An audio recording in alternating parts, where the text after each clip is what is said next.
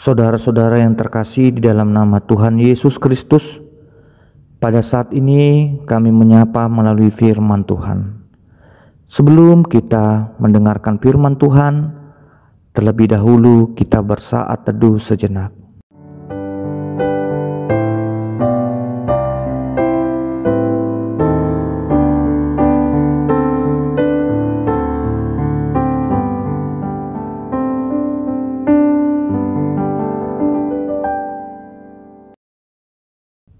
Amin. Firman Tuhan bagi kita saat ini tertulis di dalam Matius 25 ayat 40b. Demikian dikatakan, sesungguhnya segala sesuatu yang kamu lakukan untuk salah seorang dari saudaraku yang paling hina ini, kamu telah melakukannya untuk aku. Nasa nabinain muna tusada sian anggiku aka namek meton na tuau dui di baik kamu. Yang menjadi judul nats renungan kita adalah kepedulian kepada saudara-saudara kita. Saat ini banyak orang yang kurang memiliki kepedulian lagi pada kebutuhan hidup saudara-saudaranya. Keadaan zaman yang terus berkembang menuntut setiap orang terus bekerja dan berusaha untuk memenuhi kebutuhan hidupnya. Hari bertambah hari, hidup manusia terasa penuh dengan persaingan. Orang yang kaya dan berkecukupan tak pernah merasa puas dengan keadaannya dan terus-menerus menimbun, menambahi kekayaannya. Sedangkan orang yang miskin tak bisa berdiri bangkit dari keterpurukannya. Jurang antara yang miskin dan kaya semakin dalam. Nas renungan saat ini mengingatkan kita segala sesuatu yang kita miliki, seperti kesuksesan hidup berupa harta yang berlimpah dan kedudukan, bukan menjadi prasyarat menjadi pengikut Yesus. Secara tegas Yesus mengatakan, sesungguhnya segala sesuatu yang kamu lakukan untuk salah seorang dari saudaraku yang paling hina ini, kamu telah melakukannya untuk aku. Banyak sekali kekeliruan dan kesalahan yang didapati Yesus, khususnya di dalam diri bangsa Israel. Allah telah mengikatkan perjanjian kepada Israel, tetapi ikatan perjanjiannya tidak boleh diartikan sebagai jalan untuk menunjukkan kesombongan kepada bangsa lain. Yesus melihat bangsa Israel telah jatuh ke dalam pandangan hedonisme yang selalu berpikiran dan memiliki hasrat akan kesenangan atau kenikmatan sebagai jalan prasyarat untuk menjadi umat Tuhan.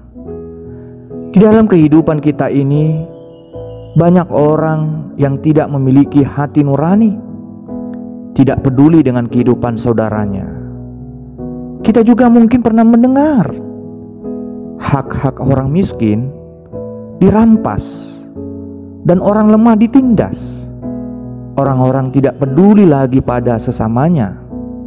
Bahkan orang-orang yang tidak peduli pada sesamanya itulah yang akan disebut orang-orang yang jahat dan tidak masuk ke dalam kategori umat Tuhan.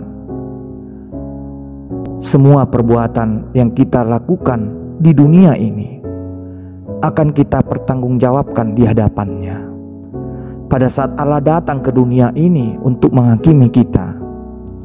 Percayalah saudara-saudara, orang yang menuai kebaikan kepada saudara-saudaranya akan menerima kebaikan. Marilah kita giat menolong dan membantu saudara-saudara kita yang lemah dan membutuhkan pertolongan, sebab pada saatnya nanti kita akan menerima upah dari Tuhan atas perbuatan-perbuatan baik yang kita lakukan. Amin. Kita berdoa. Ya Tuhan, atas karunia-Mu lah dan kasih-Mu lah Engkau menciptakan dan membentuk kami. Kami adalah manusia yang hina di hadapan-Mu. Engkau ciptakan kami Tuhan dari tanah, dari debu, sehingga menjadi manusia yang mulia dan berharga di hadapan segala ciptaan-Mu yang lain. Ya Tuhan, banyak saat ini dari saudara-saudara kami, bahkan juga Tuhan dari diri kami sendiri, kami sadar bahwa kami adalah orang yang berdosa di hadapan-Mu.